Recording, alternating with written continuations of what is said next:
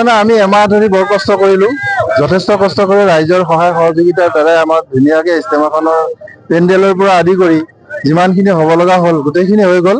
আল্লাহেও সহায় কৰিছে আমাক যথেষ্ট, আৰু মানুহৰ সহায় সহযোগিতাত আজি 3 দিন ধুনীয়াকে ডিচিপ্লিন সহকাৰে পৰিপাটি হিচাপত আমাৰ কামখিনি হেৰি হ'ল, মানে সমাপ্ত হ'ল। আজি আখেৰি দোৱা হ'ল ইনশাআল্লাহ।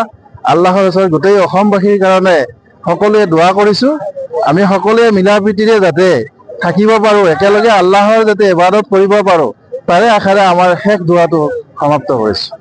ইয়াতে কিমান বিঘা মাটি আচলতে ৩,৫০০ বিঘা মাটি। কাম কিমান দিনৰ পৰা কৰি আছে? আমি এমাহ ১.৫ মাহ মান হৈ গ'ল।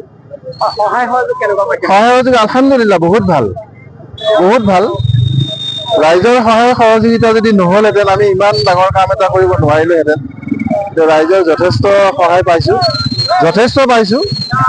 আল্লাহৰ ওচৰত লাখ লাখ শুকৰিয়া। আৰু দৰং ডিষ্ট্ৰিক্টত ইমান এটা ইজতেমা আপোনালোকে অনুষ্ঠিত কৰিব গৈছে, আচলতে ইয়াৰ মূল কাৰণ কি? ইয়াৰ মূল কাৰণ হ'ল আমাৰ মানে যিটো পৰিৱেশ দেখা পাইছিলো, সেই পৰিৱেশটো আমাৰ এনেকুৱা, আমি বহুত ওপৰৰ পৰা আমি এটা সিদ্ধান্ত বিচাৰিলো যে আমাৰ অসমখনত এনেকুৱা হৈ আছে, মিলা প্ৰীতিটো কম হৈছে, গতিকে আমি কেনেকে কি কৰা যাব। তেতিয়া আমাৰ ধৰ্মীয় লাইনৰ যিবিলাক মানে গুৰু আছে, সেইবিলাক গুৰুৱে এটা উপদেশ দিলে যে আপোনালোকৰ তাত এখন ইজতেমা দিয়া হওক, সকলোৱে মিলা প্ৰীতিৰে কামখিনি কৰক, সকলোৰে ভাতৃত্ববোধ এটা আহি যাব।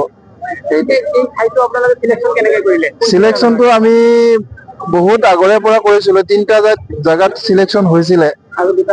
এটা হ'ল কলাইগাঁও আৰু এটা হ'ল ডুমুনিচুকী দৰঙত।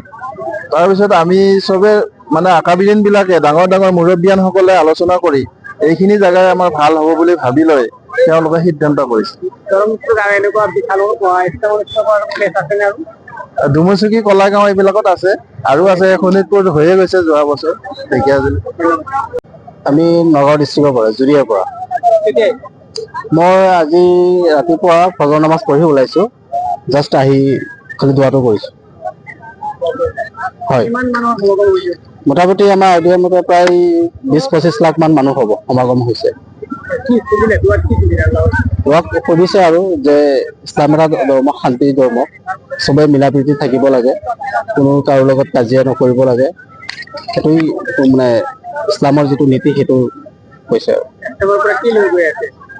মই একো শ্বপিং কৰা নাই, মই একচুৱেলি নিয়ত এইটোৱে আছিলে যে মই প্ৰাৰ্থনা কৰিম আল্লাহৰ ওচৰত, সেইটো লৈ মই নিয়ত এইটো কৰি আহিছো।